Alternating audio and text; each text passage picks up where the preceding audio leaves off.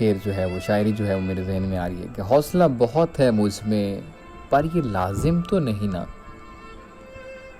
حوصلہ بہت ہے مجھ میں پر یہ لازم تو نہیں نا کہ ہر بار آخری حد تک آزمایا جاؤں. حوصلہ بہت ہے مجھ میں پر یہ لازم تو نہیں نا کہ ہر بار آخری حد تک آزمایا جاؤں. فاصلے بڑھے تو غلط فہمیاں بھی بڑھیں. اور سنے شعر. فاصلے بڑھے تو غلط فہمیاں بھی بڑھیں پھر اس نے وہ بھی سنا جو میں نے کہا ہی نہیں. جو میں نے کہا ہی نہیں.